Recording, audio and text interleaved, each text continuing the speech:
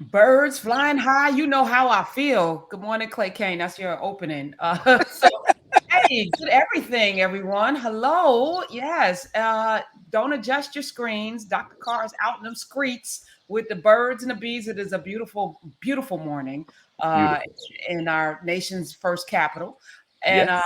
first of all, let me say Yes. good morning to all of the Nubians, especially the mothers, as we go into this weekend where we celebrate you every day, actually. Every So, day. anybody that is mothering and doing the mothering thing, God bless you. And Dr. Every Carr, day. thank you for this. Thank you. And it's so funny. I was coming up on the train. I got the early train. I left Union Station at 3 a.m. And black folks. We work the shifts other people don't want to work. And the black women were in force on Amtrak. The conductors, the engine. I'm looking at the sisters. And as they were coming in and people were getting on the train, they were wishing all the women happy Mother's Day. I said, see, that's what black women do. It was a beautiful thing at 3 o'clock in the morning. So anyway, yes, happy Mother's Day to everybody.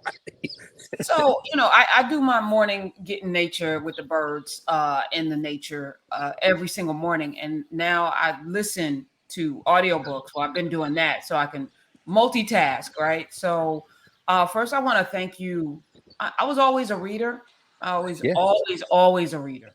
But I'm now reading things I never thought I would be reading. I'm reading it Mm, differently. And so you, maybe a month ago in office hours, you brought up Stolen Focus by Johan Hari, I think it is, Hari. yes. Yes. And I finally uploaded it because I just finished Jenny Rometty's the IBM book, Good Power. I just finished that. And so I Ah, was like, okay, let me pick this one up. So I uploaded it into my Audible, and I'm on chapter 3. So I'm wondering, did you put it down after chapter 3? Because that's the sleep chapter. yeah. No, I know the sleep deprivation is real. So yeah, I was triggered, but yes. No, I mean he had me at taking his nephew to Graceland, and the boy wouldn't stop looking at the phone, even though he's looking at the thing that's on the phone. So I mean, no, it's fascinating though, isn't it? I assume you're going to talk with him at some point soon. Yeah, I am, but I want to talk with you because as I think about stolen focus, and I think Yes. about us Yes. stolen, and we have been conditioned to think. And then I'm reading. I know you're working with Sharif Al-Mekki, and I'm Hmm. doing a lot. I'm doing a lot with some homeschooling people, and I'm bringing them through. I have one person doing a curriculum for us, and I'm sitting thinking about my childhood spent reading like all the time. Every week I would be at Barnes and Noble with my little allowance getting a book, and what it did to shape my imagination, and a lot of novels. And our kids are not reading across the board, but our kids are not reading, and our adults are not reading. I think we No. spend 17 minutes. This is what he said: 17 Yeah. minutes a day reading. Did 17 you minutes. see that? And then I was like, so what? 17 minutes a day reading. But how we read now, because of the screens, we're reading transactionally. We're not reading, we're not using our full capacity to read, to digest, to remember, to focus. And I was like, 100 years from now, it's going to be a problem. But it's also, as a writer, I'm thinking I might have to write differently because there's an audience that's not ready for what I may be putting on paper because of Hmm. how and even this is what triggered me reading newspapers, because you often pull up newspapers, and No it question. got me, and you got it now. And some of y'all may say, Philadelphia Inquirer, mayor's race Tuesday. Don't forget to vote. Anyway, yes. Because, you're old fashioned. You got a newspaper. My father used to read a lot of newspapers. But what he is saying in his book is the reading of a newspaper, the way newspapers are laid out, is for you to have a deeper understanding of things. So you're going to That's go from one article to the next to the next. It's not just headlines and scrolling. that's It's right. there's a story arc in a newspaper that you can only discover through the pages. And I was like, oh my goodness, he is And as a absolutely. working journalist, I know you know that better than most of us because you know how they're laid out. This is a conversation, ain't just stories. Talk to us a little bit about that because he's obviously a journalist and a writer, but you in those newsrooms, how much thinking goes into what goes where when A you're lot, composing a lot, things? a lot, and it also made me realize the curation. So the heavily curated way in which we are getting this fire hose of information is also insidious if you think about who is making the decisions about what Yes, and the manipulation. So this is what triggered me this morning. And yes, all of yes. that. And I forgot. because I've been doing the screens for so long that I forgot the magic of reading a newspaper. It's not just about the feel of the paper or the magic of reading a book, which we're going to talk about. It's not just No, indeed. not just the pages, it's the relationship with your brain, with your soul, with yourself, with these words. It's the relationship. So as I was reading, I was also, he was talking about how, we have been so disconnected through the screen that we don't, our brains are like not functioning well. And That's so right. if we're raising a generation or a nation of people who don't deeply think, aren't in tune with themselves because they aren't wired that way, how do we function, and especially there's a word gap, there's all of these things, like how do we, because communication is everything. This is how we solve problems. This is how we build community, through communication. Absolutely. So if folk will run away, even in this space, in class with Carr, the height of the pandemic, when people had to sit down, we would have 50,000 people on a Saturday coming in to engage with us, up to 100,000. And now it's, a handful, in relationship, because people are busy. But are you too busy for your soul? Like, so when I think about stolen focus, I think about how we've allowed curators, people, and it's all about capitalism. So he gets to that. We need to be on the screens because we need to consume. We need to go on Amazon and buy stuff. You got to have a TV in your room because there's commercials, and we need to get you, because if you stop doing that, if you slept one more hour, that's right. Part of the economy would collapse. I was like, that's right. That's so right. all of us, part of the profit margin, right? Although the banks are doing better now, their first quarter this year, they've made more money. And I thought the banks were getting ready to collapse. No. That was the show. We made more money this quarter than so. Yeah, but yeah, if we were to come off of that, every second would impact the profit margin. For sure. So then, because I'm always like, what's next? So then I asked myself this question: if we all slept more and read more and stopped shopping because they wanted us to, what impact would that have on our individual communities, right? Because it always comes back to us, right? So like, live somewhere, how does that impact your household? How does that, like, if we start thinking about our habits in a way that, because we think we're free, but we're actually in this matrix, for real. Sounds like the Matrix, right? For real, right? Yeah. So how will that, if we're not reacting to, Anita Baker or whatever's going on, if we're not reacting to everything because we're actually sitting and processing and thinking deeply and reading and having our souls awakened and understanding, like, what would change? And I smiled because I know exactly what would happen. So I wanted to say thank you this morning. Oh, thank you. That's it. Let's stay in that vein. This is the vein we're in. It's a beautiful thing. Yeah, it was something, wasn't it? When we were forced to be still, tens of thousands of people were in this conversation with us every single weekend. In one case, we talking about Dave Chappelle, there was about 200,000 people or so or more. And now 15, 20, maybe we're good, 22, 23. But here's the thing. Who are those people? Who are those views? It's quite striking. On the way to the train station last night here in Philadelphia, from 30th Street Station to here, I have literally had conversations with people who are in these conversations with us. And I'm saying it may not be as many people in terms of volume, but the people who are here are people who are influencing other people. I ran into Etan Thomas's cousin, Etan Thomas, the author, of course, No, the activist. No question, the activist who uses his many gifts, poet, writer, interview journalist, brilliant brother. Etan, good brother. His son Malcolm, it's about college time for Malcolm. I haven't seen Malcolm in a couple of years. Last time I saw them was Howard Homecoming. They were over at Sankofa, sitting there building. I ran into his cousin coming into Union Station 2:30 in the morning this morning. He and his mom were getting ready to get an Uber to go home. They had just come back into town. His cousin had been in Ghana for the last, she said, about 4 months. He's working on some things. They're working on some stuff to build schools and to connect STEM programs. He said, I don't miss y'all. I don't miss y'all on Saturday. I don't miss y'all on Monday. Now I'm saying, yeah, it may not be 50,000, but who are those 20,000 people? And he's talking about programs. You know what I'm saying? That's influencing everybody. Good. No, but let me be clear. I've always been narrow is the road that leads to salvation. Few Oh, it's no question about it. That's kind of the edict that I live by. So I never stress over popularity or numbers and people that don't know. If you know because you're supposed to know. Exactly. Every itchy little ear. You know, it's like there's so many scriptures around. It's not about popularity, but it does speak to me more so the folk that are here to build.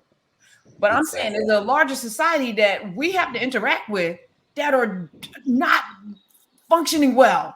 And so they're impacting our safety and our lives because they're and so that was my concern is that, like, even though you now are awakening and so many people have libraries, there are people that have not read a book. I actually had a woman call my show yesterday, day before yesterday. I wasn't on yesterday. Said that she never read a book cover to cover, and she was in her 70s. And I don't. And that's I'm saying not unusual. Yeah, and I'm saying that's not unusual. But what does that mean for the rest of us? Because as we continue to evolve and grow and communicate with one another and build things, and the world is doing the exact opposite, and they have the numbers, you know, because it's still a numbers game as it relates to power and control. I'm like, man, we don't need everybody, but we need a few more people to get invested in reading and at least. Well, let's that's why I said I think you laid this out beautifully because, and we to use one of Automatic's favorite phrases, we connect the dots now. The process of influencing is there. We're really engaged, as you know well, and we talked about this many times, in an act of recovery. We are really in an act of recovery, recovering memory. So the people involved in that work, as you say, it is a narrow path, but that narrow path then opens up into the type of influences necessary. Let me give you a very specific example. I'm here because our brother Martin Lamont Hill he does something every May around Malcolm X's birthday. We know Malcolm's birthday is on the 19th. Wow. Called the Malcolm X Symposium. He's up Germantown Avenue in Northwest Philly at his bookstore, named literally for his Uncle Bobby, who engendered in him, among others, his father, you know, love of reading. Uncle Bobby's bookstore, they'll be there. I think the first panel starts at noon. Herb Boyd's in town, Tony Montero, a bunch of other people. So we'll all be up there from noon until I think around 6. And so that's why I'm here in Philly.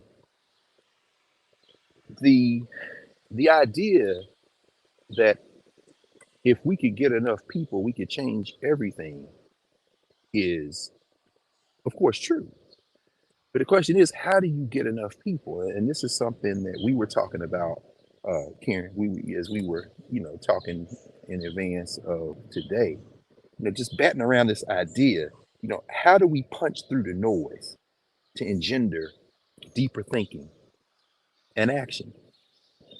One strategy, of course, is to kind of shape this thinking work, this slow thinking work, to the sensibilities of the age.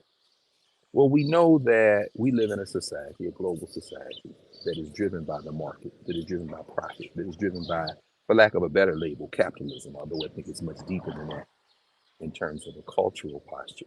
It's really about how do individuals profit off of the labor of other individuals. And we know what drives that in this society is attention. You've got to get people's attention, and then you've got to get them to exchange something of value in return for something that may not have much value. So do I want to see somebody slap somebody on this cable network that I'm paying a subscription fee to? Am I really concerned when a convicted, well, we won't even get into the crimes, but is sitting on the cable news network and being interviewed by a former Fox News presenter who is now poised to replace a brother in terms of Don Lemon, who himself a few cycles of the sun ago was engaged in a kind of anti-Black spectacle. Well, all of that takes up breath, takes up time, but most importantly, takes up a few dollars a month in a cable package.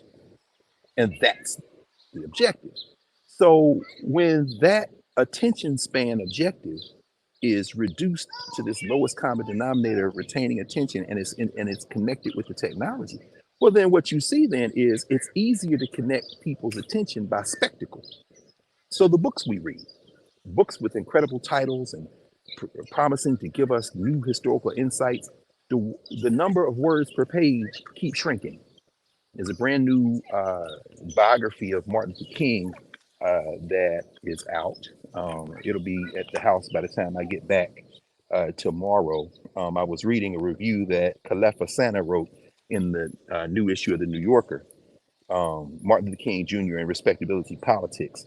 And it's so interesting because Kalefa Santa, of course, who's been writing, a journalist that you probably know him, been writing for the New Yorker for a long time and other journals. I found a copy of his father's memoir, interestingly enough, in a used bookstore a few months ago. But at any rate, one of the things he's talking about is these, Jonathan Igg has gotten access to these new files, FBI files, new reports. And I guarantee you the number of words on each page of this biography is going to be fewer words on the page than Lawrence Riddick's biography of King, who wrote the first biography of King, Crusader Without Violence. David Levering Lewis, who wrote one of the early ones, King, a biography, is going to be fewer words per page. What Manner of Man, King's Morehouse classmate, wrote a biography in the wake of his assassination. Certainly going to be a lot fewer words per page than David Garrow's book, Bearing the Cross, or even Taylor Branch's 3 volumes on that period from the 1950s to the assassination of King, for which he won the Pulitzer Prize. And when they give out Pulitzer Prizes, the Pulitzers were just given out. When you see who they give them to and what they give them to, I'm like, it's like 2/3 the number of words per page that used to be on the book. And for those of us who savor language, well, that's just unacceptable. I read the books, but it takes a lot less time. And it's interesting because Robert Gottlieb, his memoir I recommend called Avid Reader. He's an editor. He's advanced age now. I think he's about 91. He's the one who edits, among so many other people over the years, he edits Robert Caro. So Caro, there's a new documentary that came out at the end of last year called Turn Every Page. And Gottlieb lives in New York, he and his wife. And there was an article in New York Magazine late last year, maybe December, where the interviewee, it's only about 2-page article, like a quick interview. Like I think it's called something like 123 minutes with Robert Gottlieb. And so they say on the second floor of his townhouse in New York is his study, books. You got a picture of him with the books. I'm saying, see, that's what I need right there. I want that right there. I want that right there. But at any rate, it said he doesn't leave that room. He says he has a pen, he has his paper, he has the stuff he's editing, and that's what he does. And the picture is a big Mac laptop on the desk. He said, yeah, I go to that after I edit hand, I'm writing. And Caro is promising this 4th volume of the LBJ bio that he's been doing now for decades. And there's no deliverable time. I mean, in fact, what Gottlieb says is, I hope that we get this done before actuarial reality sets in. In other words, one of us or both of us die. And of course, Robert Caro came to Gottlieb first with the first major biography. He himself was a journalist. I think he may have been working for the Daily News. You might remember. You probably remember. He, the first book he did, which he brought in at something like, I don't know, what is it, 1,400 pages. And Gottlieb was like, they'll never do it. He said, we could publish it in 2 volumes. And Gottlieb told him, no, ain't nobody going to read no book on Robert Moses, the mad scientist architect of modern New York, basically, like literally the city planner. Nobody going to read 2 volumes on him. We'll be lucky to get 1. So they shrunk it down by like, I think, 1/3, or it still came in hefty. But my point is this. The Power Broker, probably many people who will watch this now probably read that book. That was the first one they collaborated on. Caro delivers these tomes. Now, let's pause here just for a second and think about this in the context of how you opened up, Rob. What does it mean to be a reader. In this interview with Robert Gottlieb, one of the, and he talks about this. He says, editors should be invisible. I shouldn't be out telling people how I shaped this book. The writer shaped the book. The editor is bringing that out. And I think about, what was that? They made it into a movie. Jude Law was in it. He played, what's the guy that wrote Look Homeward Angel? Thomas Hardy, was it? His editor. Ooh, I almost had his name. Damn it, I almost came. It's called Editor of Genius. Is the book that the movie is based on. Max. It'll come to me. One of us, it'll come to one of us. But at any rate. Is it Max Perkins? Max Perkins. Yes. You saw that movie? You know what I'm talking about? Max Perkins. I did not, and I don't know. But I just want to say one thing. Yesterday. Come on in. Jump on in. Yesterday, my last class, I was talking to my students because, I'm working on a book. And I have a really, really lovely editor. In my entire 30 plus book writing career, I've only had 2 really good editors. And it's important. Like, I won't write anymore without a good editor. But you're right. It's the invisibility. Because I need to be challenged. Great writers. Facts. Come on now. You're only a great writer because of it's just like you and I. It's a dance. Yes. It's a dance. It doesn't happen. It's not like a singular silo of genius no, it's the process, which is what makes community and society so important, that we have each other, that we challenge. So I have right now a really lovely, she is amazing and she's young. And I was like, okay, young lady, she brought something. I was like, oh, because I was struggling a little bit. And then she had, in a very gentle way, a different view, and it opened everything up for me. But that can only happen in editing. So as a writer, I'm like, there are no editors anymore at any of these publications worth a damn, or at any of these publishing houses worth a damn, because they don't train people how to be great editors. And I reminded them, Toni Morrison was an editor for 20 plus years at Random House. Editor. Okay, we need great editors. And for me as a writer, I won't write if I don't have a good editor. I won't. And I haven't. If you notice, I have not done any journalistic writing because everybody that I've run into, with one exception, and I think I might like to engage with the new editor at Huffington Post. She was editing Michael Harriet for a minute too. She's really dope. And why am I escaping her name? She's been on my show 1,000 times. But but there are very few people because it's not necessary anymore, right, for these publications. Well, it's not necessary to move products because it's not about reading; it's about selling books, right? So I mean, if people can't read, then you don't need to write. And Ms. Morrison said something about that very specific. She said,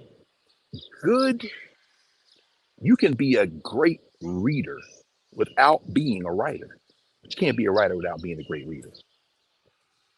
And this is, you're right. This is how we build this conversation. This conversation you and I having, that we're having in this space, is absolutely testament to the fact that this is collective work. People often open their books with, this is a collective work. They think everybody said, but the mistakes are mine. I remember laughing out loud the first time I read an author say it correctly, in my opinion, when he said, this is a collective work. And everything good about it is collective, and all the mistakes are collective. In other words, why would you say all the mistakes are yours when it was a collective work? So you the only one, because you were the last fingers on it? Nah. If you made a mistake, you made a mistake. So I'm saying all that to say this, and you really laid this out beautifully, Carr. Robert Gottlieb in the article, because you said, they're not any good, there are very few good editors, they're not being trained. You know what Gottlieb said?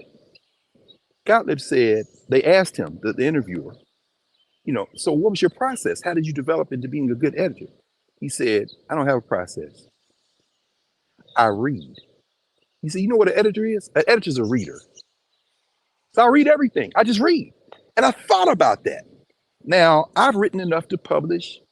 I'm very much looking forward to and continue to scribble notes. And I've outlined probably 6 books since we've been doing this. And now I'm getting in the rhythm again. One of the challenges for me for writing is that I read all the time. And things that I read, and I won't name any names, I won't name any books, but I'm gonna tell you right now, most of these books are trash relative to great writing. Because you read, and I'm reading the sentences like, who looked at this? This ain't the person who wrote's fault. Oh no, this doesn't fit here. And I'm talking about books that if I name them, I know that book. Really, go read it. Or better yet, go read a whole lot of other stuff. Which is why last year when we did the line by line reading of Carter Woodson, The Miseducation of the Negro, which originally was newspaper articles, columns.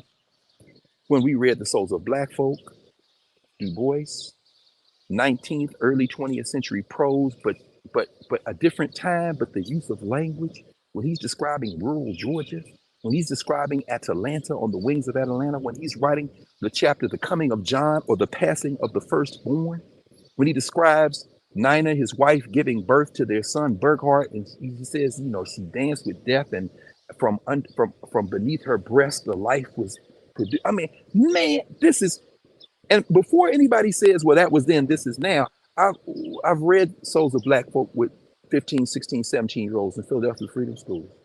One of those young people that was in that room when we read it the first time here in Philly, Shanice Thompson, that's my heart, that's my child. She's now a professor at Bowie State University. She came to Howard, got her bachelor's, went to Boston University, got a master's, got a PhD from Ohio State, wrote her dissertation on Beyonce, Lemonade, and other yellow things, reading it through Ifa and Oshun, because she's an initiate. But that child, that love for language, really took a quantum leap by wrestling with W.E.B. Du Bois when she was 16 years old from a book from 1903. It's not that it can't be done, but to the point you raised when you open up, it has to be done lovingly, collectively, accretively, slowly. It has to be engendered and developed. And so Robert Gottlieb said, I wasn't trained, I'm a reader. That's what editors are, readers.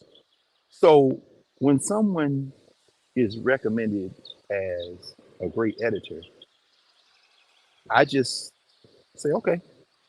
Because if you are a reader, and I don't mean if you read a lot of the same or who read all of James Patterson's books. Hold on for a minute. It's 8 o'clock. I'm sorry, 9 o'clock. You hear that bell? Y'all see that building right there?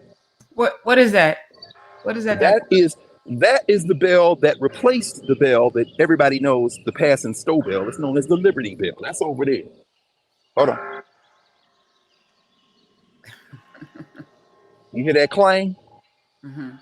That's the bell that's in the tower of the old Pennsylvania State House. That's the one called Independence Hall right there. That is the first capital of the United States. That's where, to quote again the great Alton Maddox, the fleeing felons that some people sadly call founding fathers signed the Declaration of Independence. Now, across the street, right there, I'm pointing at it, it's not even a block, is what they call Washington Square. Well, that ain't what we called it. In the governance formation, we called it Congo Square. That's where the Africans would do in Philadelphia what the Africans in New Orleans did, what the Africans in Pernambuco and Salvador Bahia did, what the Africans in Port-au-Prince did. This is where they would gather one day a week and do their rituals. And it's also where they would bury their dead. Ultimately, that also became a field where those who fought against the British, those soldiers were buried. And it also became a place when the yellow fever hit and Richard Allen and Absalom Jones and Sarah Allen and them boys, Morris Brown, them saved the city from the yellow fever epidemic in the 18th century. That's where the bodies were buried. There is a monument to one of the Revolutionary War soldiers who is not known, and it's called the Tomb of the Unknown Soldier. That's the original Tomb of the Unknown Soldier. Before it was any of that, it's where the Africans did their thing. So when you hear that clang, clang, from the Pennsylvania State House, the one that everybody is forced on their knees to worship as the place where liberty was born. This is called the most historic half mile in the United States. And it's true. The criminals who broke with their mom and them called Great Britain did it right there in that house. That building was built in 1753 for the regional government of the colony, Pennsylvania, William Penn, who had Africans enslaved. But this whole area, crime scene. And one day, maybe we walk around again. Look, free. Oh my God. This in class, this space, and the narrative and Nubia. Look, I said I was going to rock my Nubia joint for the Malcolm X Symposium today because, the world need to know. But yeah, Gottlieb, now that the bell has stopped, tolling 9 o'clock, Gottlieb said, I'm a reader. Now that seems very simple until you begin to investigate what that means. And as I said, Malcolm's birthday on the 19th. We're here for the Malcolm X Symposium. Congratulations to all the graduates, high school graduation season, college graduation. while we're here, one added benefit to the Malcolm X Symposium being today is that I'm not in Washington, D.C., where The Mummy Returns is I think there's going to be a show at the Capital One Center in Chinatown today where Joe Biden is going to talk to some people. There was a long article in this morning's New York Times where they interviewed a bunch of Howard students about how they felt about life and Joe Biden talking to them at graduation. And, you know, like a lot of contemporary newspaper articles, it was severely underwhelming. But the thing that I found fascinating was, you know, there were a couple of pictures. There was at least one photograph I remember of one of the students standing in front of the Founders Library. And I joked with my students. I said, now, if I stood in front of Founders Library with a baseball bat, and you know, I need to lay on the couch and talk to somebody because most of my examples when it comes to intellectual work seem to involve violence, guns and bats. But anyway, if I stood in front of this library with a baseball bat, as long as you're just talking about it, that's all. Well, of course, and I think probably because again, in this attention-based culture, anything more subtle would just go in one ear and out the other, or probably just in front of the eyes. Even as people are writing more than ever, but not writing, because these two thumbs write all the time. You're writing more now than probably any generation in human history, but you're not. You know, it's not coming at your mouth, it's coming at your thumbs. So I said, if I stood in front of this library with a bat and said, I was going to bust y'all in the stomach for everybody that ain't never checked a book out of this library, how many of y'all would emerge unscathed? Oh, sorry. How many of y'all would not get hit? See, you see how the language? Anyway, right. But every graduation photograph being taken at HBCUs around the country, they're taking them in front of the library. I remember walking in there about 5 years ago, going to my office, and a couple of students were out in the hall in front of my office. They had brought some tables and chairs and stacked up all these books, and they were. I said, oh, this is wonderful. What y'all doing? It's graduation photos. That's wonderful. Have y'all read any of those books? No. Mm-mm. Have you ever checked the book out of this library? Oh, Dr. Carr. No, I just asked you. Yes, no question. No. So why are you putting books in the photograph? Because we live in a society now where the fetish of the book, the object of the book, the idea of the book is the thing of value. You ain't got to read the book. In fact, why are you sitting there reading books? You lost your damn mind. Can I get to Kindle? Can I scroll it? And to the point you raised earlier about this question of screens, I think it's Alberto Manguel, the very famous writer, essayist, writes a lot about books. The Library at Night is one of his books. This guy. Packing My Library is another one that he wrote. Nice little book of essays. But unless I'm combining Alberto Manguel with another author, there's a book I'm saying he wrote it, but I had to look it up. It's called The Traveler, the Tower, and the Worm. The Traveler, the Tower, and the Worm. I think that's him. But at any rate, and I got the app up. So again, the technology is fantastic when you combine it with a foundation. So if that's it, let me pull it up here. The Traveler, the Tower, and the Worm.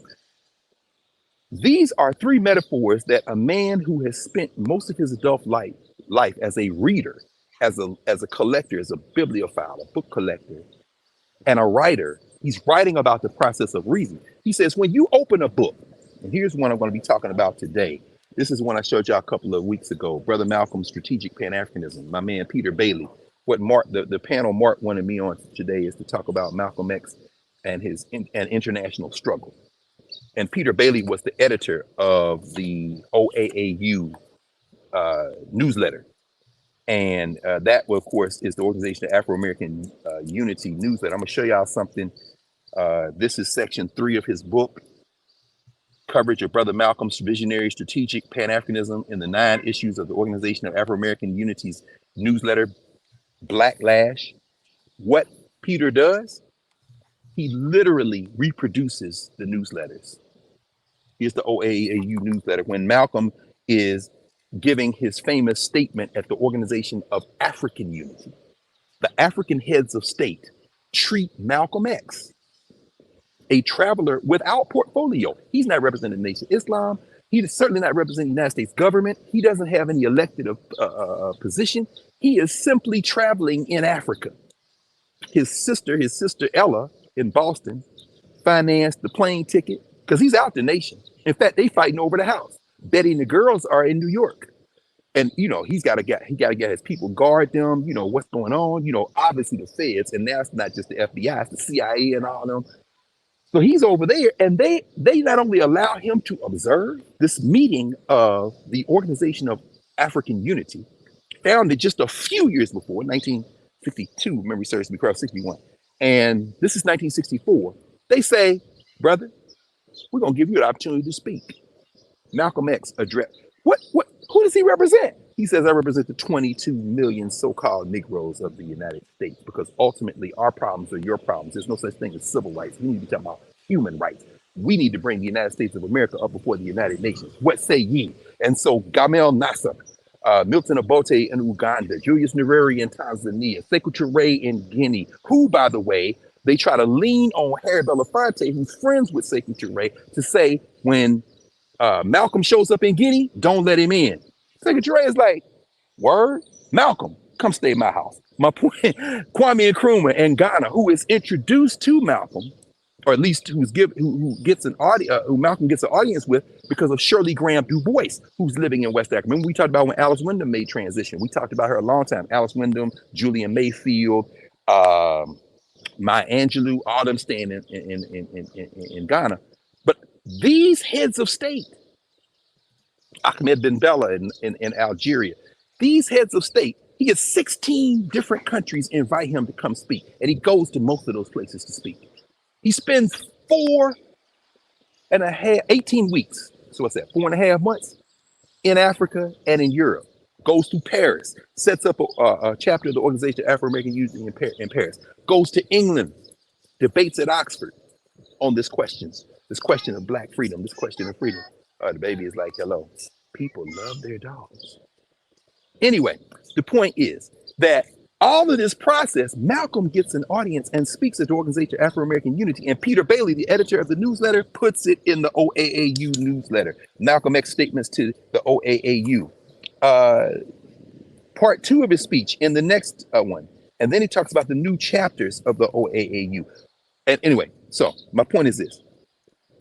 In talking about this book, one of the things I'm going to raise is that Malcolm X,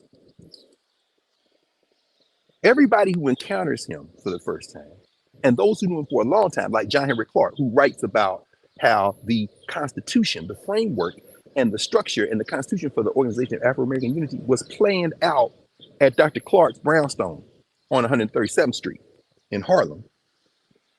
He said, Malcolm, there are two things that I'm going to mention now that are essential to understanding Malcolm.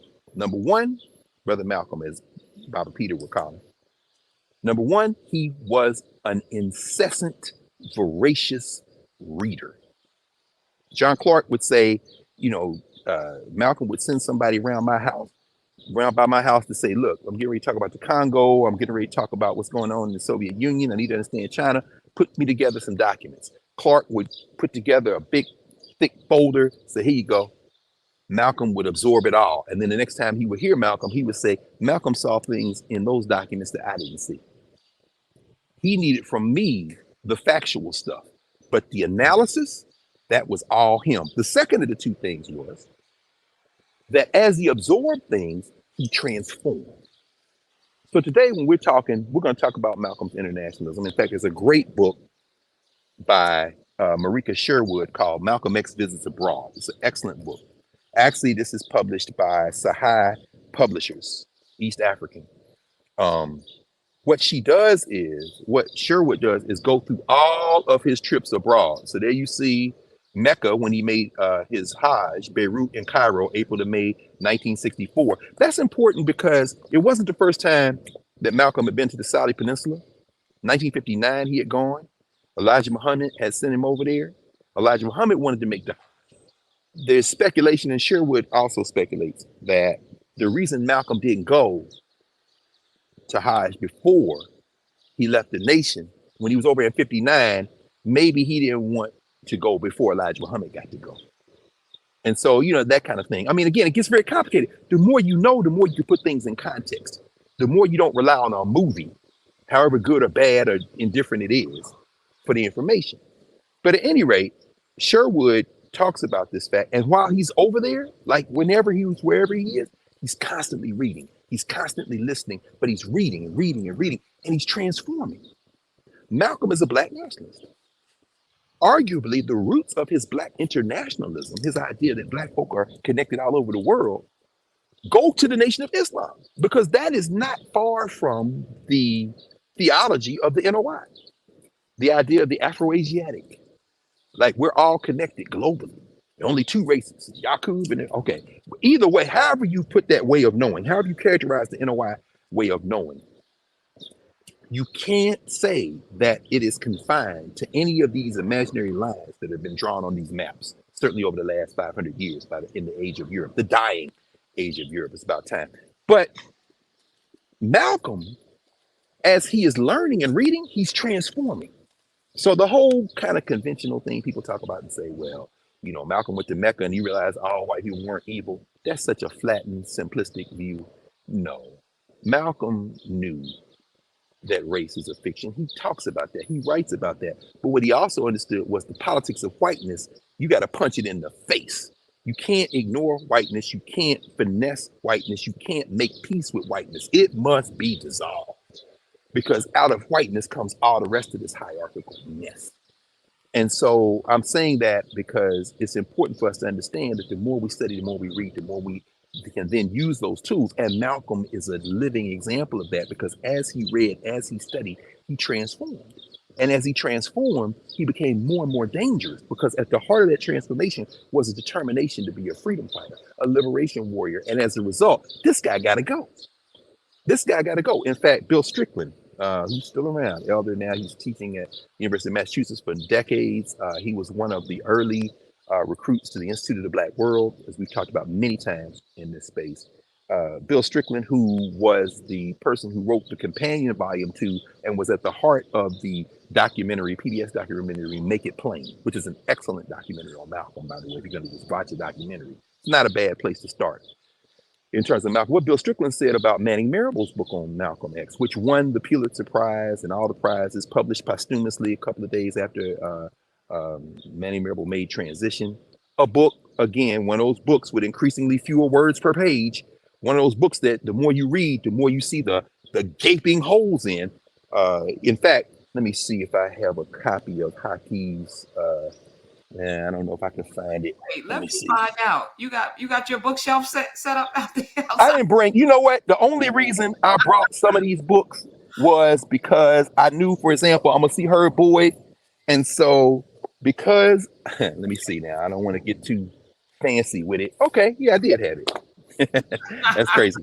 Because I'm gonna see Herb Boyd, and last time I saw him, I didn't know I was gonna see him. We was at the same place. Like, man, I would put a few of your books in my bag to sign. But there's a good book. There's a good chapter in this book that Hakeem Mahmoudi edited. Herb Boyd co-edited. I'm gonna get Herb to sign this today. Baba Herb. By Any Means Necessary, Malcolm X, Real Not Reinvented. Bill Strickland does a great job in his chapter, really taking apart Manning Marable's book, All in Love. I mean, these cats all know each other.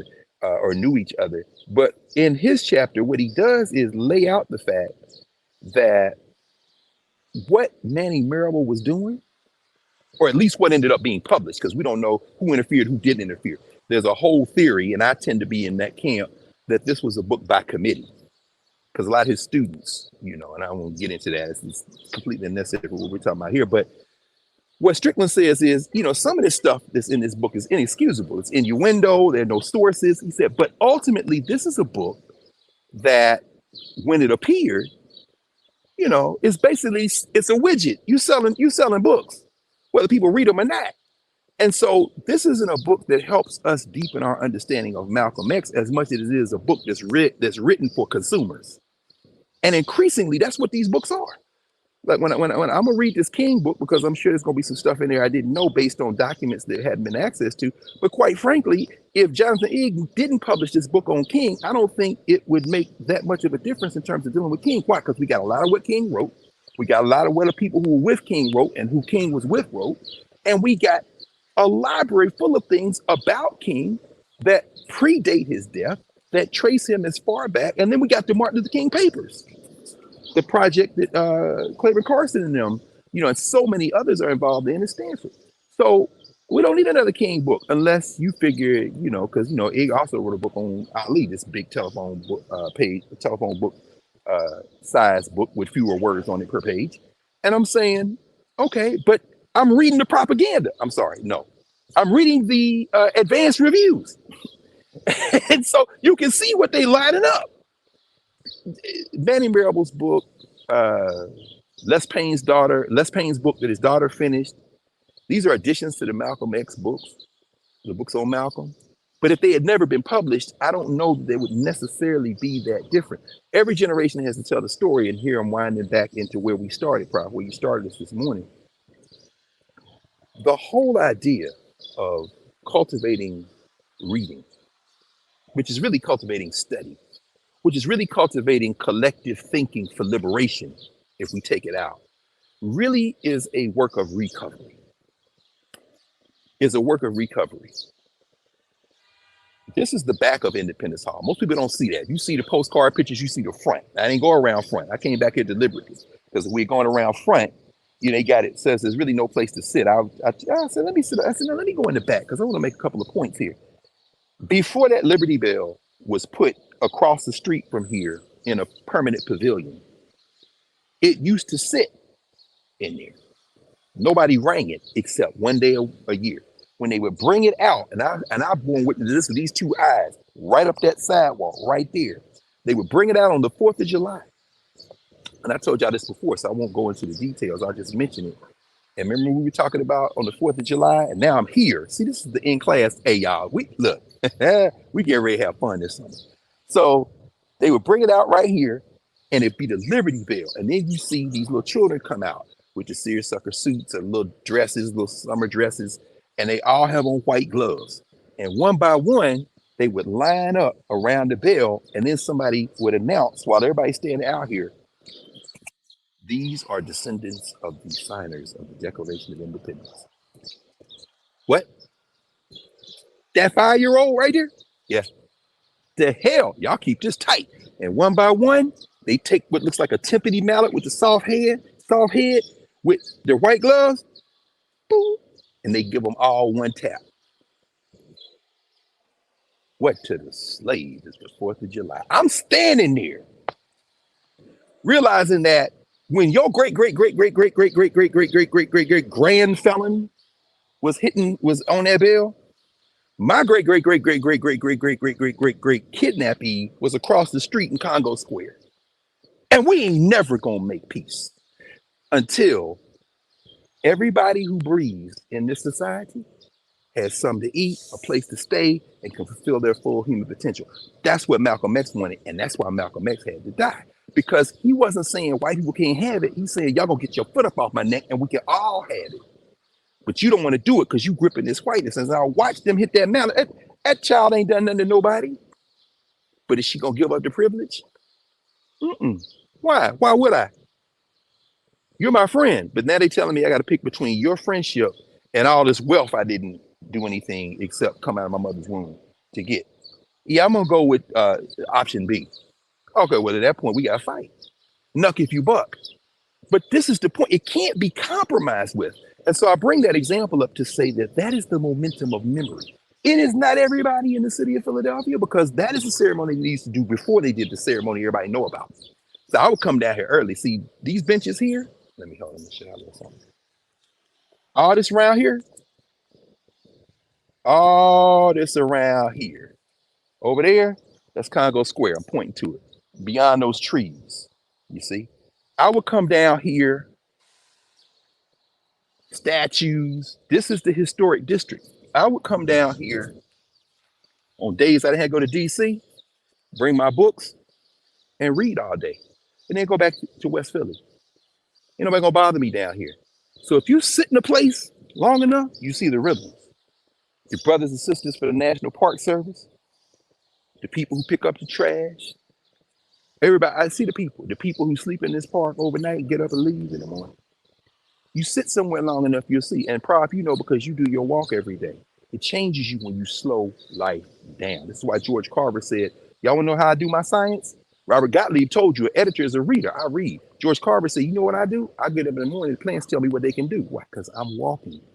Not in the lab. Not first. I'll be in the lab later on. Right now, I come. That's one of my mom's favorite songs. I come to the garden along with me. It's still on the roses. Y'all know that song. Some of y'all know that one of them good old good ones. And he walks with me and he talks with me. You can see Carver walking through. What? You can do what? Hold on. Let me get a little piece of that leaf.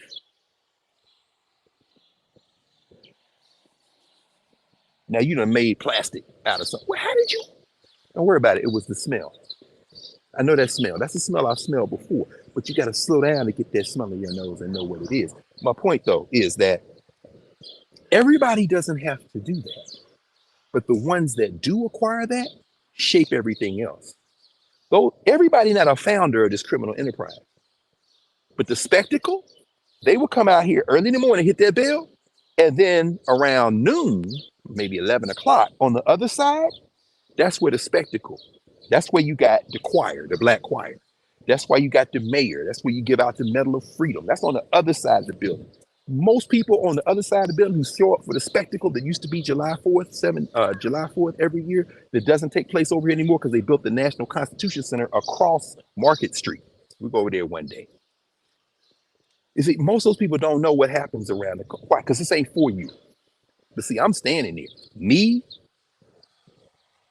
the black people who work for the Park Service, we damn near the only black people out here. And so maybe some casual observer who walk by. What they doing? You want to come? Nah, man. Why? You got somewhere to go? Nah, I don't want to sit here. I'm gonna stand here. And now, that was easily 15 years ago.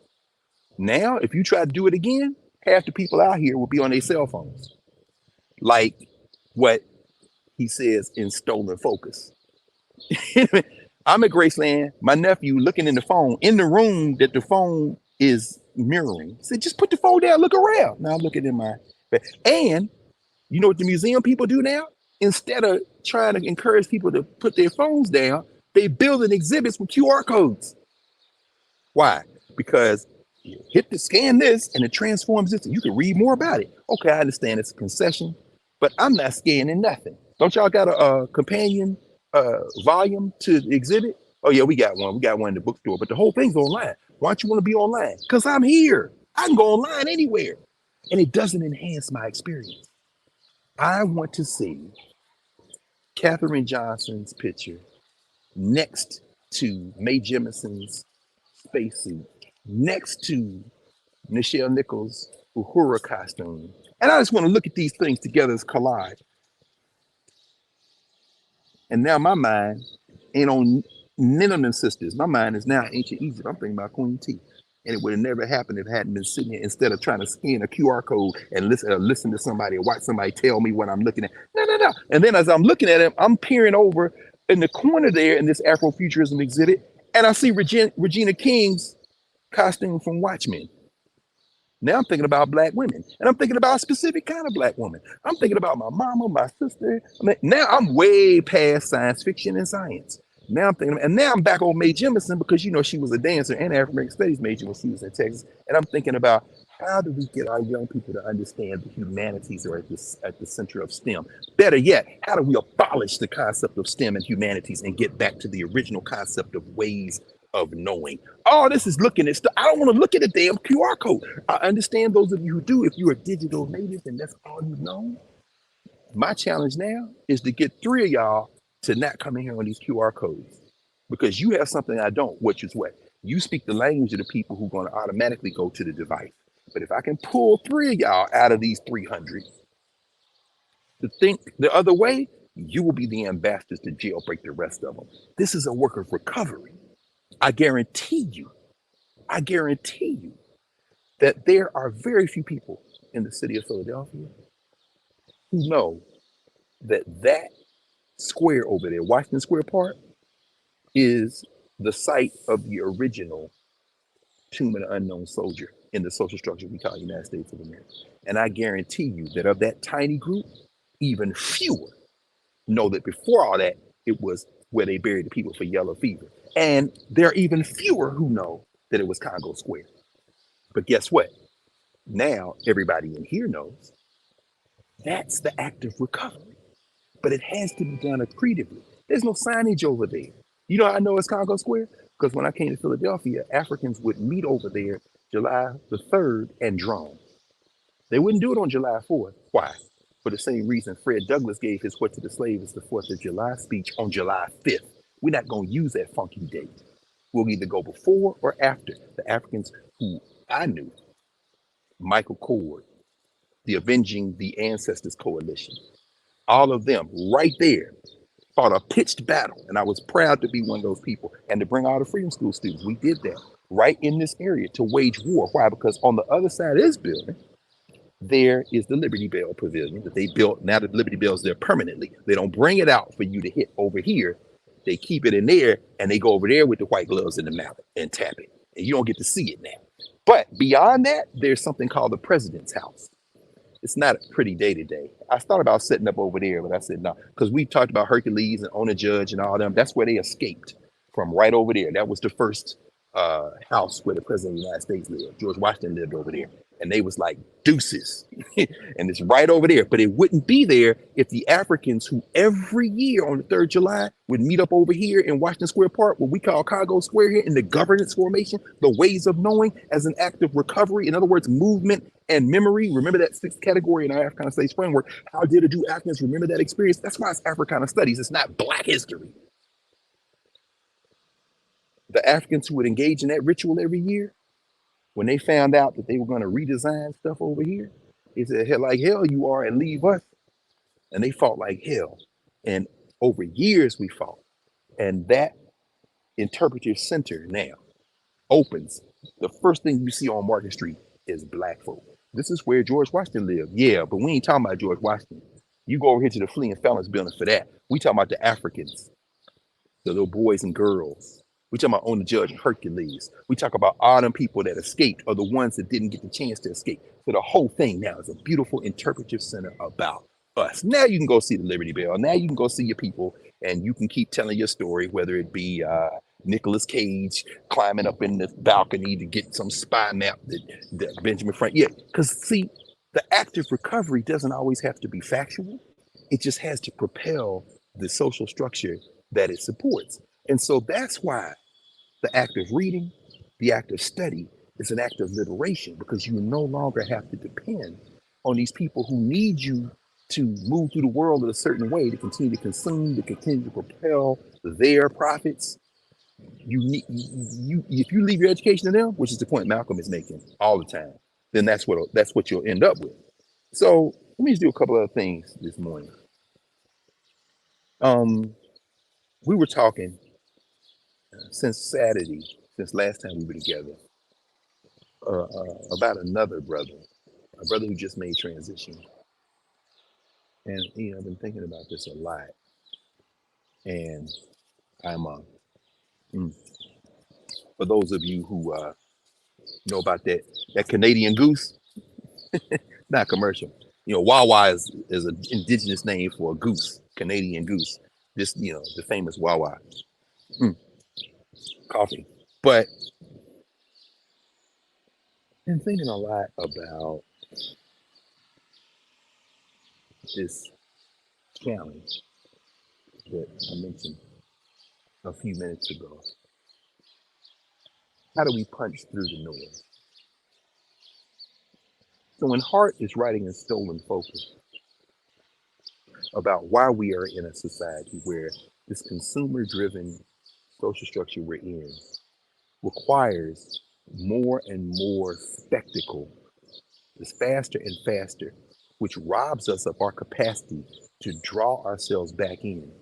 Something that those who practice meditation and those who will watch yoga on Nubia will remind us is as easy to begin to reclaim with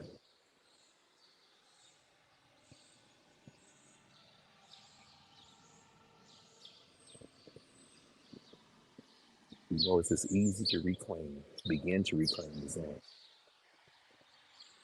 And as a reader, I know that there are moments when it takes me some time to ease into a text. Because if I've been doing the rapid fire and I've been doing this grading season, a lot of grades, we got grades, we're working with grading, we're turning this stuff, people graduating, they graduate, okay. It takes me a minute to ease into a book. I got to reread a page, reread a line, reread a sentence. And then as I'm present, it unlocks and then I can fly. But it takes longer and longer the more I'm away from that flow of creative process. But as we're talking about that and thinking about that, I've been thinking this week about this brother who just made transition because he was a master writer, a master reader. He was and is an outside force. And he is someone who has touched countless people who didn't know they were being touched by him. Back in the early 70s, maybe like 1973 to 74, he wrote one of dozens of plays, musicals, things. He was a playwright, among many other things. The name of the play, which was a musical, which actually they recorded an LP, it's called Black Fairy. Black Fairy. Some of y'all may know. Let me look in the app. Again, the technology is great when you connect it to the other stuff. Black Fairy. Let me see if any of y'all seen Black Fairy. You may know a poem that he wrote for Black Fairy. Very simple poem, deceptively simple, called Hey Black Child. Hey Black Child. This poem has been recited. It's almost, in some ways, in the category with some of the other things that came out very specifically of the 1960s and the Black Power movement.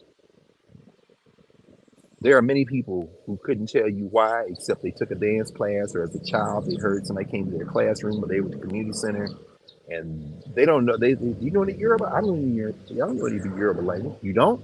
Okay, you ever heard this song? Fanga alafia ashe ashe, fanga alafia ashe ashe, fanga alafia. To warm up. Welcome. Ashe ashe, fanga alafia. People know that. Or somebody say, I go. The response, I may. Are you listening? Are you here? I'm listening. I am here. I go, I may. I go, I may, to get everybody quiet. These little things coming out of the African-centered movement, the African-centered. Man, that conversation we had Monday night at office hours, if y'all not in Nubia, oh man, we had a long conversation. Sister came in and walked us through some of the history of the African-centered movement. She's a member and a part of the Nation House Collective. So if you're in Nubia, I would recommend, if you missed office hours last Monday night, to go back and look at that recording. She taught a class. But that's where a lot of that language comes from. You know, the introduction of Kiswahili, names. There's a lot of Imanis running around, a lot of Nias running around, you know, because they come out of that, being touched. Well, this brother touched with this poem, Hey Black Child. It became so popular that you hear children recite it. Black children recite this. And it's often attributed to Maya Angelou. Even been attributed to County Cullen. A few years ago, the Chicago Tribune did a long article on this brother. And they said that, you know, your brother Brian Collier won all kind of awards. The illustrator, children's book illustrators, was approached by the publisher. His publisher said, you know, this Hey Black Child is everywhere. What you think? He read the poem. He said, this is great. I'd like to illustrate this. I thought it was Maya Angelou too. Did a little digging. Wasn't Maya Angelou. The brother's name is Useni Eugene Perkins. Useni. Useni. It's from Malawi.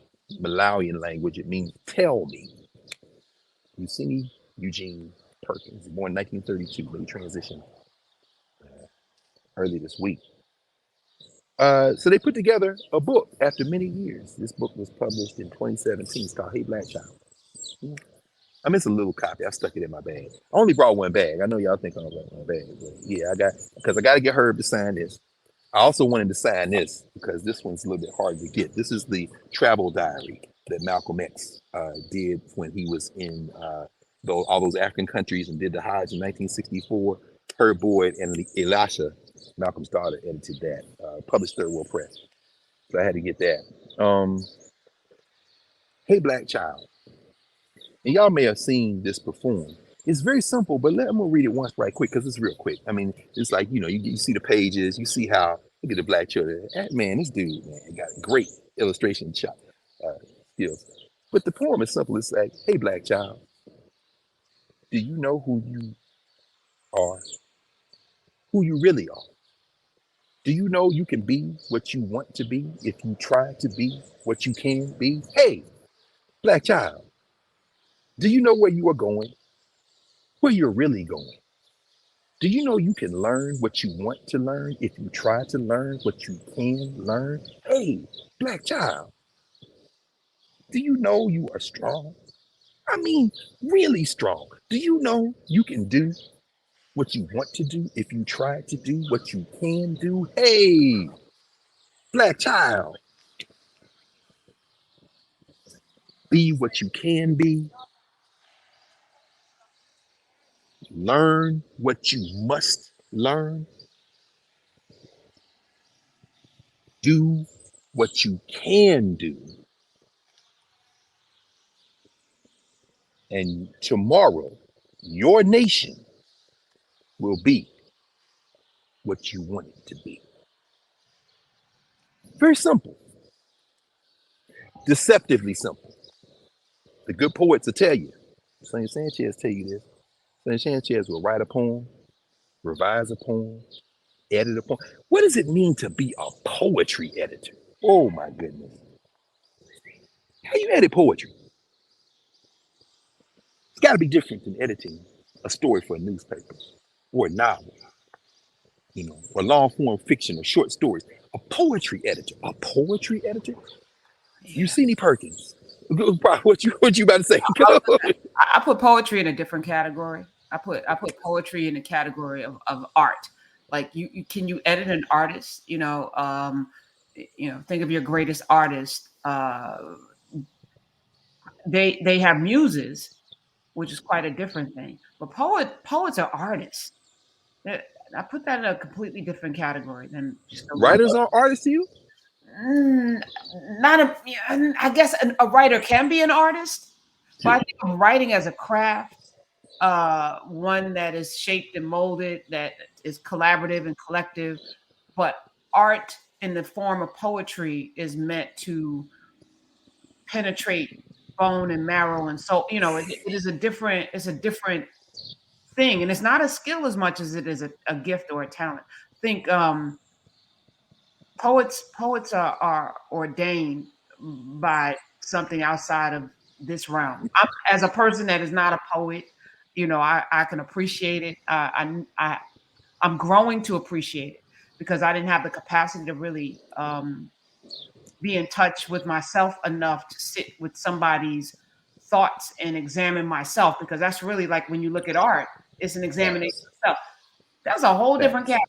They probably do a whole lesson on it. We probably need to get some poets in here because I'm not well. Well, let me ask you a quick question about two of your good friends, Kwame Alexander and Michael Harriet. Are they poets? Ooh. Well, that book right above your head, we know it's poetry. Yeah. Because he wrote Door No Return. Kwame did that because he's a poet. What about Mike? Mike is something else. Mike is because I've been reading Black AF. Yeah. As I sit with him, I guess yes. Mike is a poet at first, and then a writer. There's some poetry in his. In other words, there are turns of phrase that just make you stop. Yeah. But you know what? In both cases, both of these men were formed and forged outside of the gaze of whiteness. That's right. Come on now. That, which to me, I look at Kwame and Michael as the possibilities. When we center our children in, when we steep them in a knowledge of self, not, juxtaposed to the power structure that we currently are in. And Mike being homeschooled with that center room in the middle of South Carolina, and loving his mama. Yes. But with a bunch of elders also. So there's that multi-generational, and Kwame, who his daddy is, Man, you just asked me a question I have to sit with for a minute. So thank Yeah, you.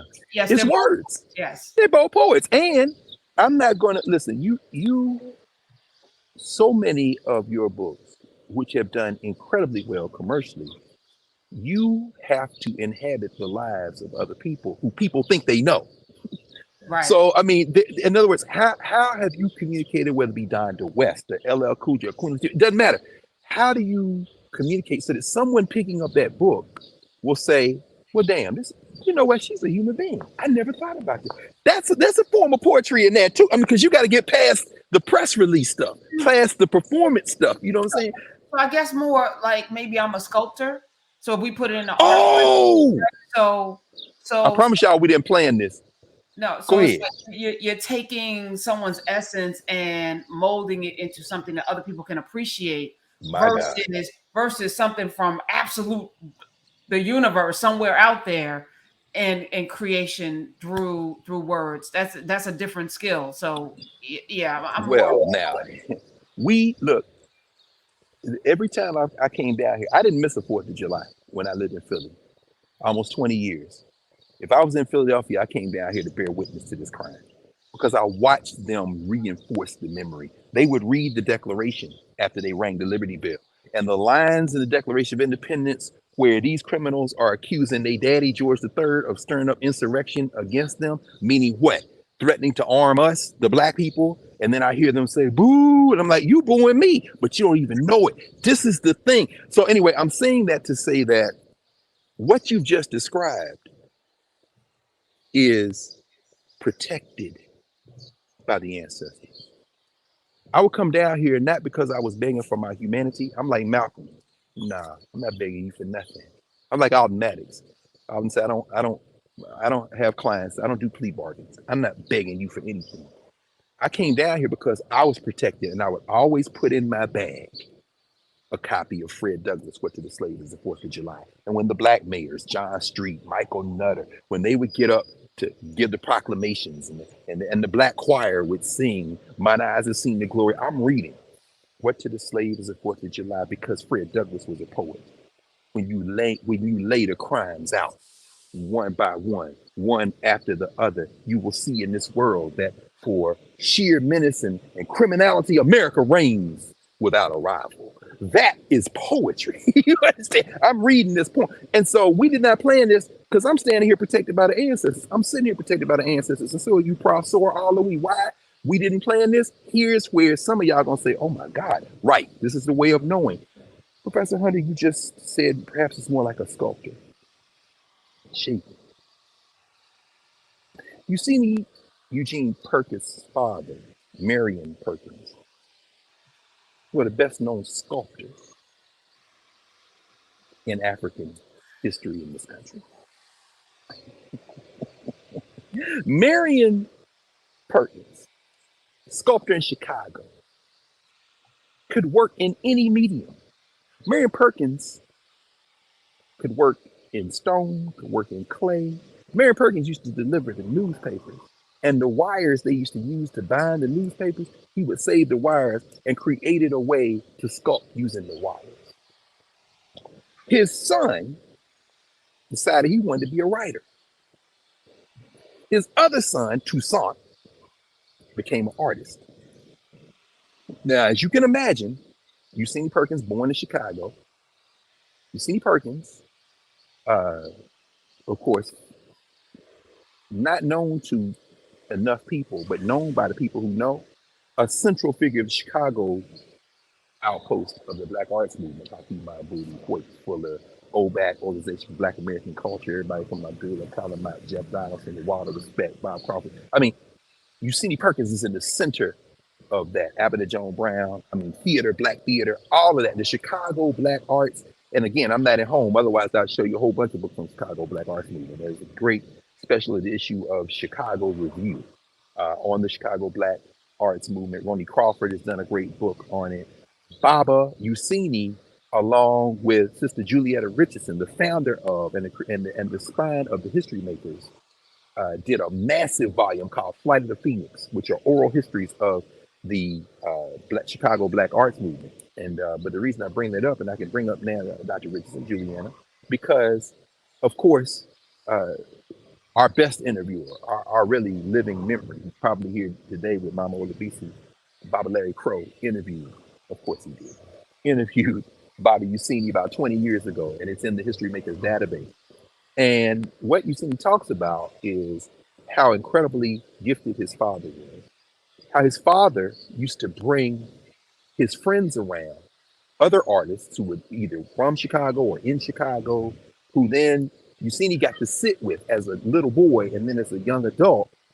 I'm talking about some names you may have heard: Paul Robeson, Charles White, Gwendolyn Brooks, uh, Richard Wright. So Useni is soaking all that up. Then he goes, oh, by the way, they moved when they were little, he and his siblings, to the Ida Bell Wells homes, later known as the Ida B. Wells Project. They ain't there anymore. Prof, Useni Perkins went to high school at a place that's legendary in Chicago. Some of y'all know Wendell Phillips High School in Chicago.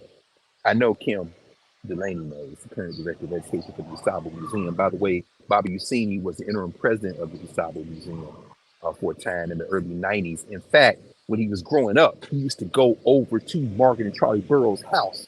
And of course, they are the founders of what became the DuSable Museum. They founded it in their house. Of course, DuSable, the brother who is credited for founding the city of Chicago, that is one of the pieces that Chicago acquired. The DuSable Museum acquired, in fact, from Marion Perkins, who's a bust of Jean DuSable. But at any rate,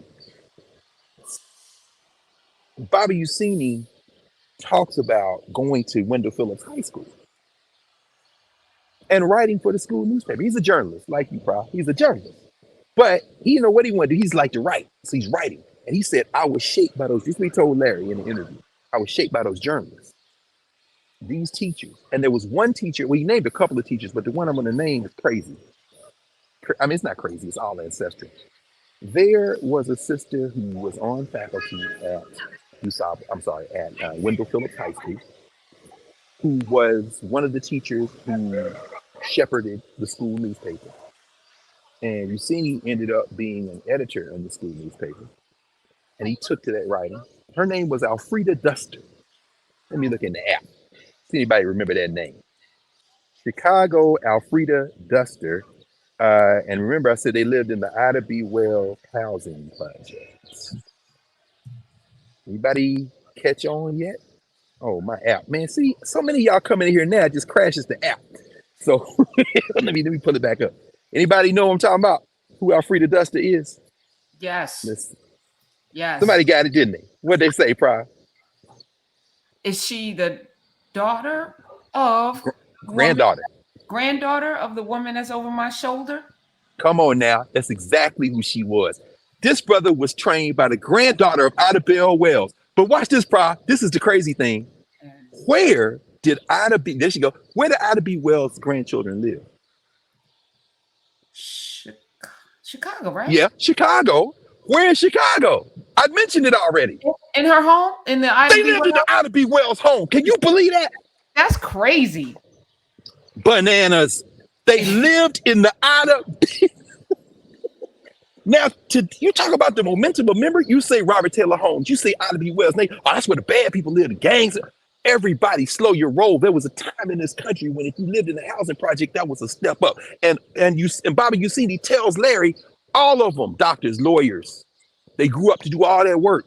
There was a time when you lived in the public housing project that was better than the alternative. And we had a community and we valued keeping each other together and getting this education. Miss Duster trained me as a journalist. And she lived in the Ida B. Wells. She lived in the homes named for her grandma. Now y'all call them the projects. The momentum of memory. Hey, black child. You know what I'm saying? Hey, black child. I mean, so the poem looks simple, but it's produced in the mind of someone who understands you 4 years old. I can't write a treatise. I got to give you something you can memorize.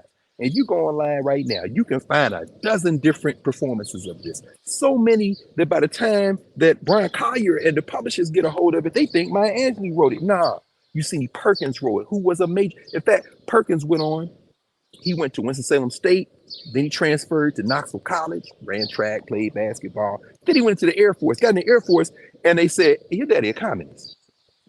Hold on, before you, no, we gotta check you out. They let him stay, but his daddy was a communist because, because that was the period in the 30s and 40s.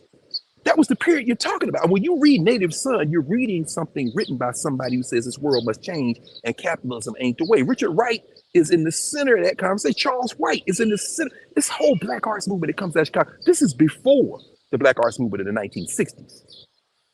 This is what my brother Larry Jackson of at Johns Hopkins, or more importantly, my man Larry Jackson from Baltimore, calls the indignant generation.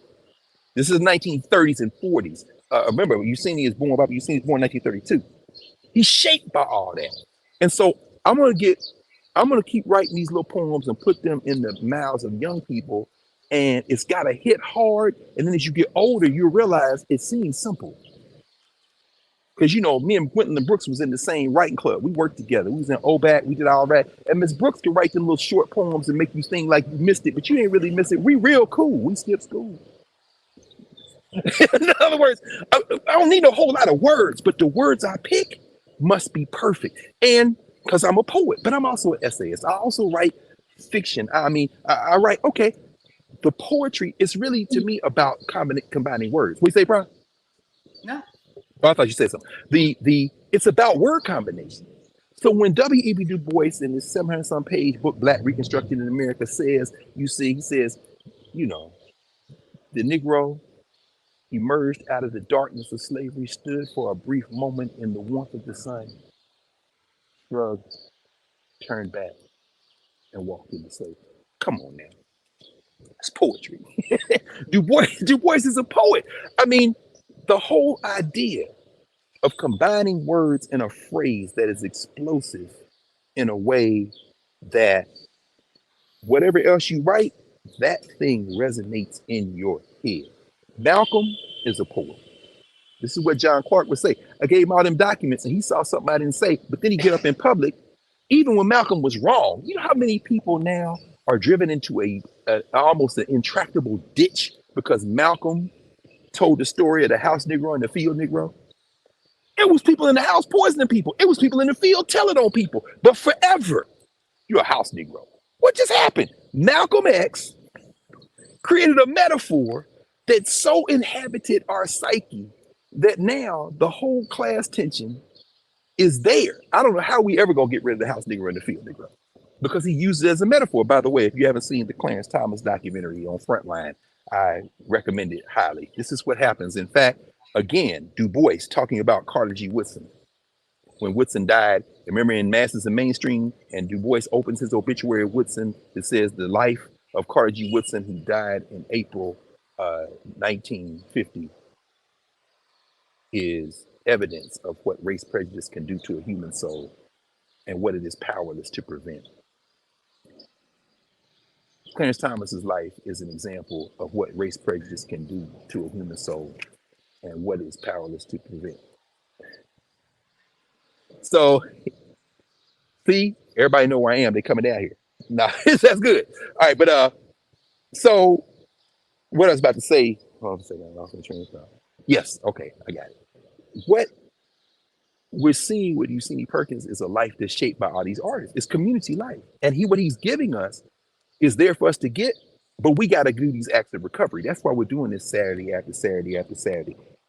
He ends up as a social worker for many years. In fact, all the folks in the National Association of Black Social Workers, President Haley, Lissa Haley, my sister, and all the folk there, our celebration and condolences go out for the life of Useni Perkins as he transitions into ancestorhood. He was over the Better Boys Foundation. His work, because he grew up in the projects, he wrote a very important book back in the 70s called, I think it was 1976. Again, most of this stuff's in storage. And plus, I'm not at home anyway. So it's called Home is a Dirty Street, about what conditions can do to our children and how we have to intervene on their behalf.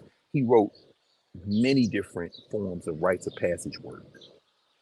And back in the late 70s, he started a journal called the Black Child Journal. I'm very happy that that journal continues. It was on hiatus for a while, but it's been brought back. Paul Hill in Ohio, he does a lot of stuff on rites of passage. They still publish it. You can go look it up, look for the Black Child Journal.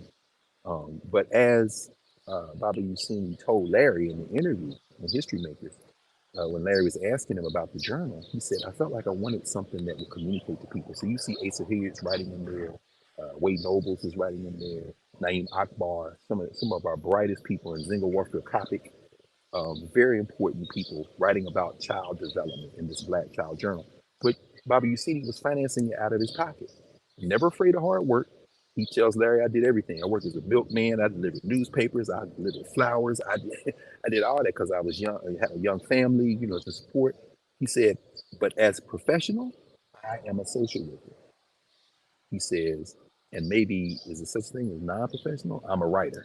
The man was an artist, to the point you were raising earlier, Prof. I think these artificial barriers, kind of these genres that are developed, sometimes they prevent us from seeing that the creative process overflows all those things. So when you said, you know, I think of it more like, well, maybe I'm more like a sculptor. Well, I think if Bobby Useni, we could hear his physical voice, he might say, yeah, me too. He's like, but you're a poet. No, I think I like what you said. A sculptor. My daddy was a sculptor. I mean, so I knew how to get something out of a stone. You know, he said my daddy was good with the chisel. It's a rock. No, it's not a rock. It's a person in there. I'm gonna show you. I'm gonna pull that out. It's a process of seeing something that other people can't see, and so you got to get it to the point where they can see it. Whether it be a Malcolm X, whether it be Useni Perkins, the Hey Black Child, whether it be his father marrying with that stone. And so he did that social work.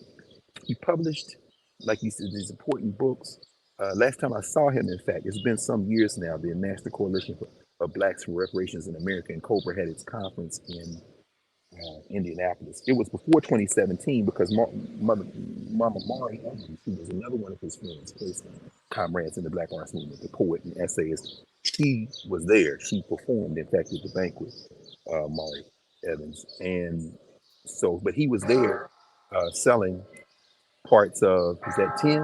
I'm going to talk through the bill Yep. and then close it up. It's very nice to be. I mean, look, hey, I'm just telling y'all now. This summer, we going a whole lot of places. You know, it ain't Dr. Seuss older places you'll go.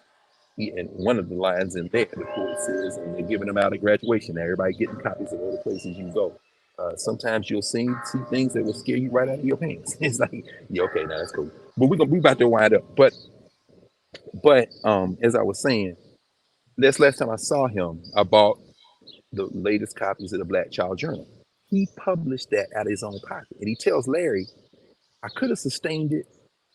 Oh, I just go there they ahead. go. Keep There going. they go. Look at my mothers. It's a lot of mothers in there. Two mothers and one mother to be, or anyway. So at some point in the far distant future, I mean, I'll be dead. But anyway, the point is that I kind of wind this up. He said, if I'd had 500 subscribers for 1,000, we could have sustained it. But I only ended up with around 100 consistent subscribers.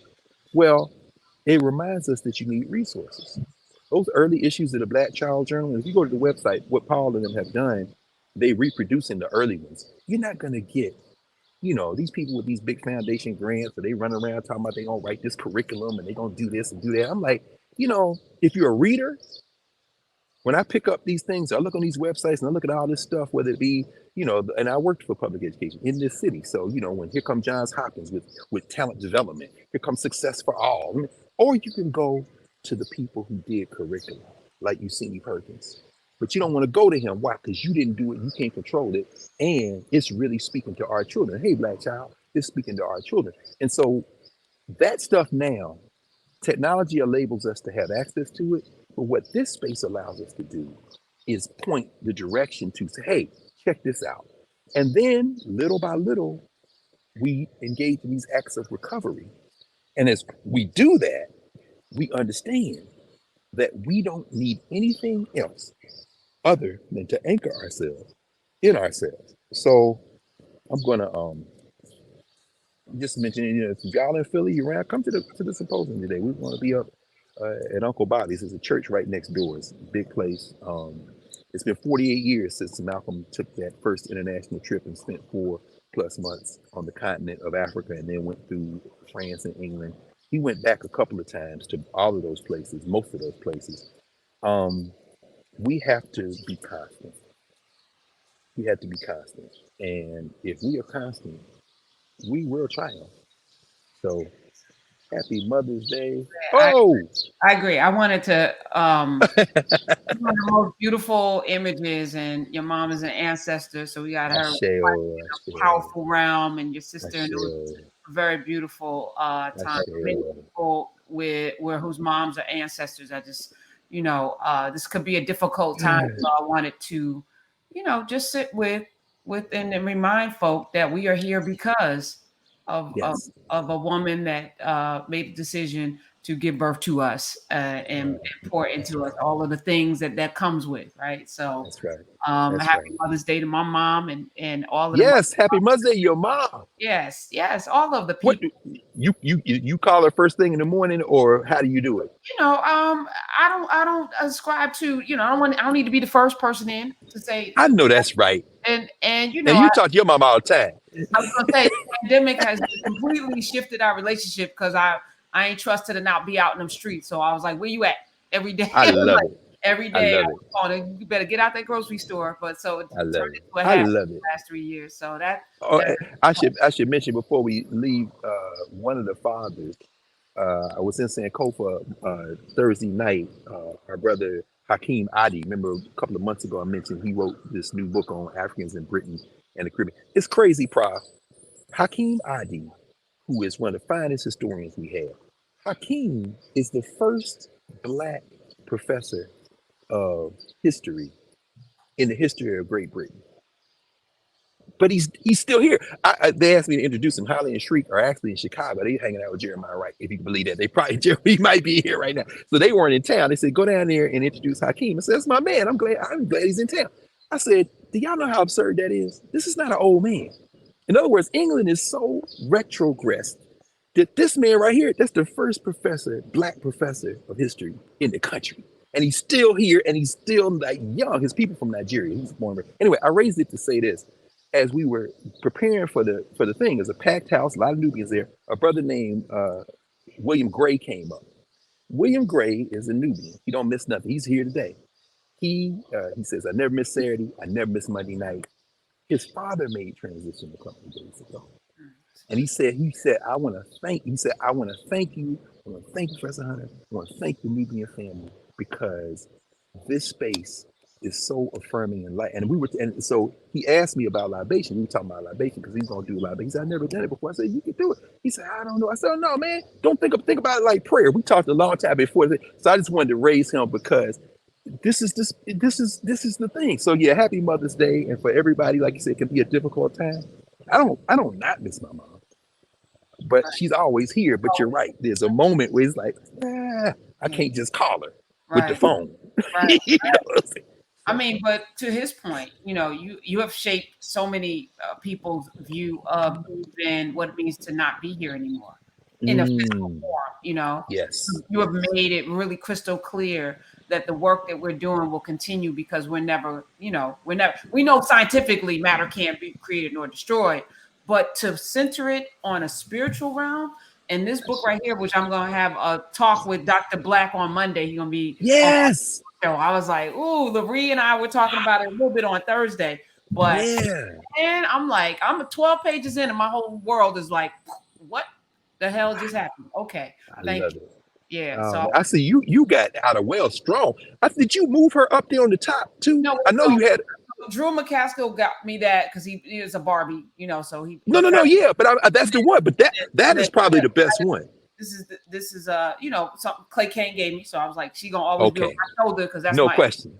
That's my inspiration. I live because she did, and I love the brothers made sure you had her like that. Yeah. See, this is community. That's how we do.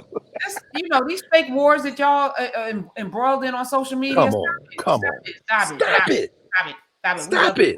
Even And on the, the celebrity side, we continue to send best energies to Brother Eric. Shame that his daughter had to come out and get some of these trolls about the paint, but it's okay. we get you know, everybody, you know, let's just remember to be kind to each other. yes, yes. Spectacle is not the way.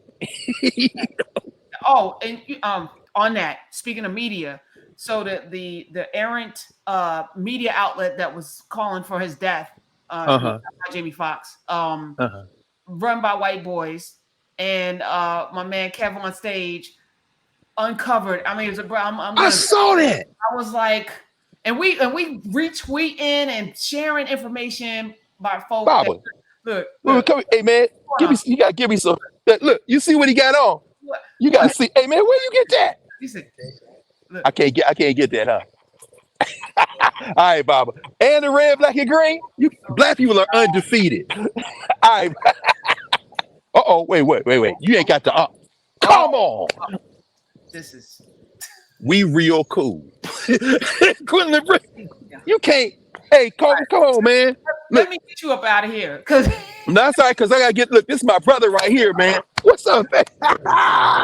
Hey, me and his brother, Matthew Kobe Smith. Whole name though. I plugged you up, man. Hey, look, hey man, we had to talk about when we took all them kids to Shaw for Freedom School training. This right here, this is soldier right here. Walking up on the street just happened to be because that's what hey, look, the summer we getting ready to break crazy. Look, his father, one of the original brothers, his father's documentary on Kwanzaa. Forget it. How do you do that, man? Oh god. And I'm sorry, I'm on a delay right here. Oh, you good? Yeah, oh yeah, look. He in the app. He in the app right now. That's my man. Coffee. Yeah. That was what, the 70s? That was 70s, brother. That was 70s. I'm telling you. Hey, wait, tell them how could they get it? Is it on you? No, you gotta. Can you even get it? I went to the house looking for it. Wait, can we screen it My in brother Nubia? and I, we actually have copies. Oh, she want to know, can we screen it in Nubia? You got a copy? Yeah, let me get that too. Woo. No. Hey, look. That's the joint where the kids are doing the Santa poem. Hey, wait till you see this poem that he got these young people doing from Freedom Theater on Santa, where they destroy the white Santa. Oh, it's beautiful. And they talking about commercialism. Your father, man, that is a genius piece of. Well, no, this Kobe's a man, educator. This brother done put me to work more times than I can. Look, we got battle scars. Wait a minute. Okay, we get ready.